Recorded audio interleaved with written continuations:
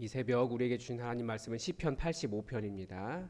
시편 85편 1절에서 13절까지의 말씀입니다. 시편 85편 1절에서 13절까지의 말씀입니다.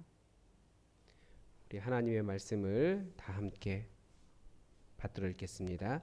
우리 표제부터 같이 읽겠습니다. 고라 자손의 시 인도자를 따라 부르는 노래. 여호와여, 주께서 주의 땅에 은혜를 베푸사 야곱의 포로된 자들이 돌아오게 하셨으며 주의 백성의 죄악을 사하시고 그들의 모든 죄를 덮으셨나이다. 셀라. 주의 모든 분노를 거두시고 주의 진노를 돌이키셨나이다. 우리 구원의 하나님이여, 우리를 돌이키시고 우리에게 향하신 주의 분노를 거두소서. 주께서 우리에게 영원히 노하시며 대대에 진노하시겠나이까. 주께서 우리를 다시 살리사 주의 백성이 주를 기뻐하도록 하지 아니하시겠나이까.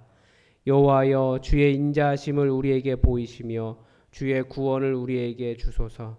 내가 하나님 여호와께서 하실 말씀을 들으리니 무릇 그의 백성 그의 성도들에게 화평을 말씀하실 것이라. 그들은 다시 어리석은 대로 돌아가지 말지로다. 진실로 그의 구원이 그를 경외하는 자에게 가까우니 영광이 우리 땅에 머무르리라.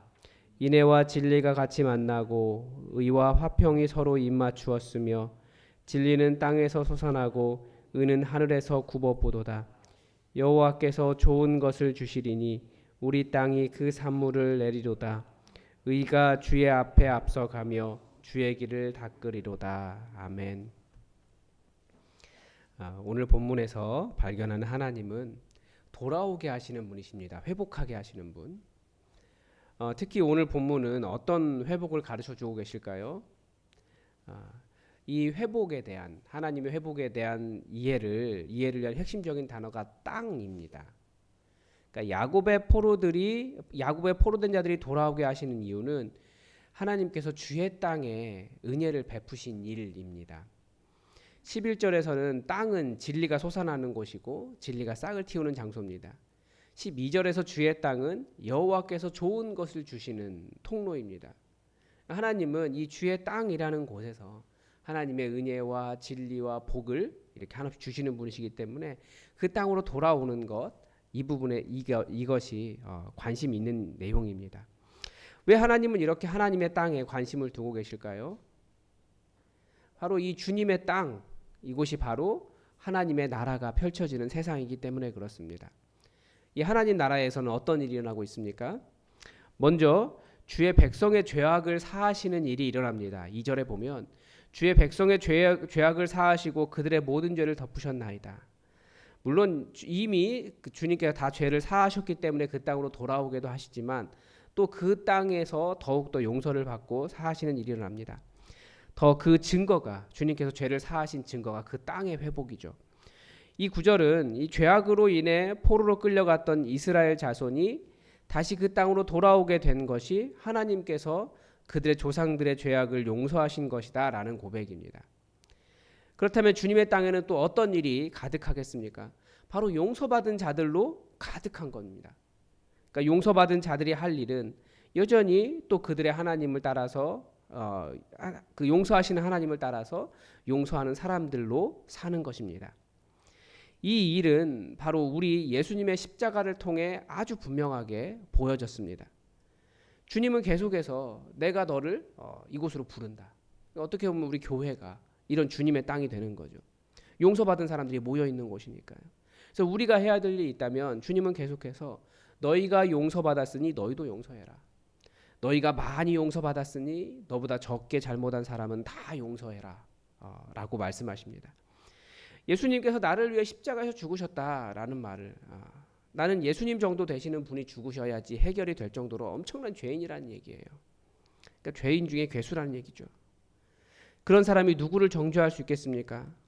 다른 사람을 정죄하는 사람은 이 은혜의 거대함을 잠시 잊는 거예요. 그래서 그 은혜의 거대함, 그 부요함을 알기 때문에 용서하고 살아라는 거죠. 따라서 우리가 이루는 하나님 나라는 용서와 용납으로 가득 차 있는 세상입니다. 이렇게 말하면 사실은 오해가 있고 또 굉장히 악한 자들이 우리를 이용하는 경우가 많이 있습니다. 우리가 뱀같이 좀 지혜로울 필요가 있죠. 오히려 죄가 가득한 사람들이 너희가 용서와 용납을 맨날 이야기하면서 왜 나를 받아두지 않느냐 그러면서 마음대로 하는 사람들이 있어요. 이 무조건적인 용서와 용납이 이 하나님께서 진노하시는 일에 대해서도 무조건적으로 용납하는 것을 의미하지 않습니다. 우리는 오히려 더 용서와 용납 이 부분에 대해서 이용하는 자들은 그건 또다시 하나님의 은혜를 자기 마음대로 또다시 이용하고 있는 거예요. 하나님을 이용하고 있는 아주 안 좋은 행동입니다. 그래서 이 돌아온 자들의 의미를 기억해야 됩니다. 우리 그리스도인들이 만드는 이 돌아온 자들, 이것의 핵심은 이제 우리 주님이 우리의 왕이십니다. 그러므로 이제 나는 주님의 말씀에 완전히 순종하겠습니다. 라고 하는 주님의 왕되심과 순종에 대한 겁니다. 그래서 무조건적인 용납이란 이 전제 아래에 있는 사람들에 대한 용납이 됩니다. 그리고 이 공동체, 용서받은 자들의 공동체를 그렇게 이용하고 깨는 것에 대해서 하나님께서 용서하지 않으시는 내용들이 사도행전 처음에 나오잖아요. 이 은혜를 아는 사람들이 서로 용서하며 살아가는 땅을 만드는 것이 곧 하나님 나라입니다. 그래서 주님의 땅에서 일어나는 또 다른 일이 8절에 보면 내가 하나님 여호와께서 하실 말씀을 들으리니 무릇 그의 백성 그의 성도들에게 화평을 말씀하실 것이라 그들은 다시 어리석은 대로 돌아가지 말지니라 라는 경고를 합니다. 그러니까 이스라엘이 행했던 어리석은 일이 무엇이었습니까? 사람들은 하나님께 바르게 제사를 드리지 않아서라고 생각을 하지만 이스라엘 남유다의 멸망을 기록한 내용이 선지서 이사야서입니다. 여기서 고발하는 이스라엘의 죄악은 제사 안 드렸다고 문제가 되지 않아요. 이사야 1장 11절에서 제사 시에 무수한 제물을 가져왔고 수량의 번제와 짐승의 기름에 배가 불렀다고 그렇게 되어 있습니다. 하나님께서. 그러나 그런 무수한 제물이 아무런 유익이 없다. 왜냐하면 너희가 제사만 안식일에 제사 열심히 지내고 예루살렘에 고기 타는 냄새 진동하게 하고 그리고 나가서 열심히 손에 피를 흘리고 있다. 그러니까 그들의 폭력적이고 하나님의 성품을 담지 않고 돈을 위해서는 무슨 짓을 했던 그런 비인간성이 바로 하나님께서 남유다를 멸망시키신 이유예요. 제사가 없어서가 아니라. 이것은 예레미야 7장 22절에 더욱더 분명하게 하나님께서 말씀하십니다. 사실은 내가 너희 조상들을 애굽 땅에서 인도하여 낸 날에 번제나 희생에 대하여 말하지 아니하고 명령하지 아니하고 오직 내가 이것을 그들에게 명령하여 이르기를 너희는 내 목소리를 들으라.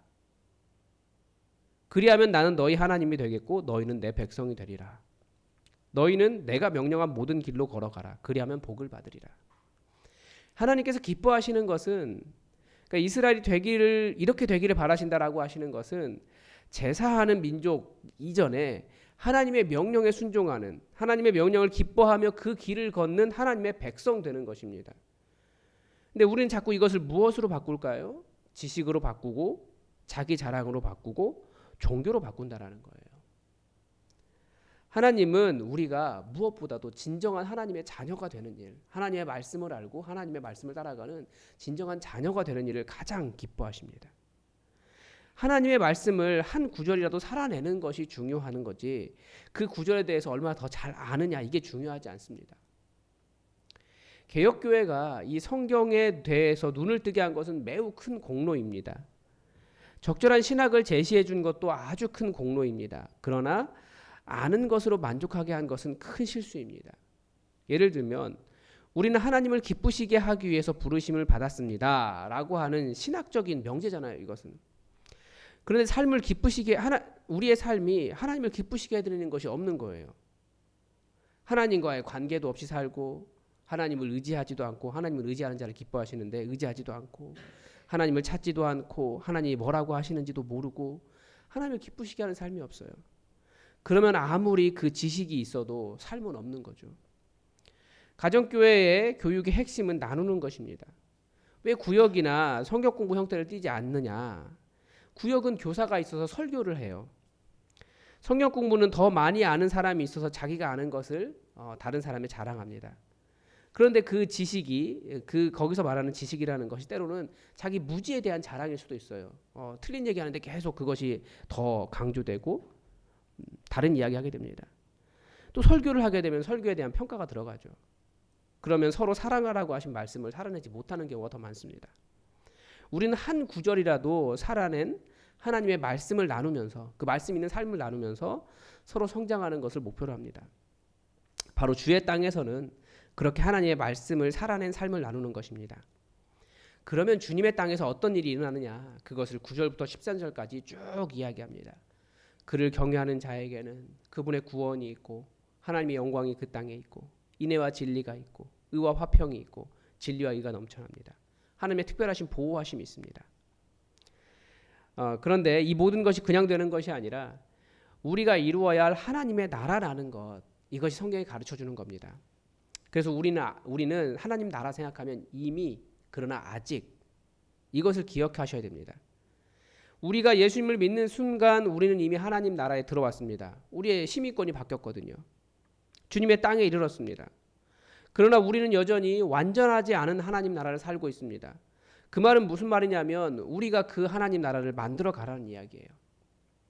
우리가 이 말씀을 듣고 오늘 분노하지 않고 용서하고 하나님처럼, 오늘 하나님을 기뻐하고, 오늘 하나님의 의를 우리 삶에 이루고, 오늘 하나님의 말씀을 살아내며 우리는 오늘도 하나님 나라를 만들어 갑니다. 왜냐하면 하나님 나라는 항상 사람들이에요.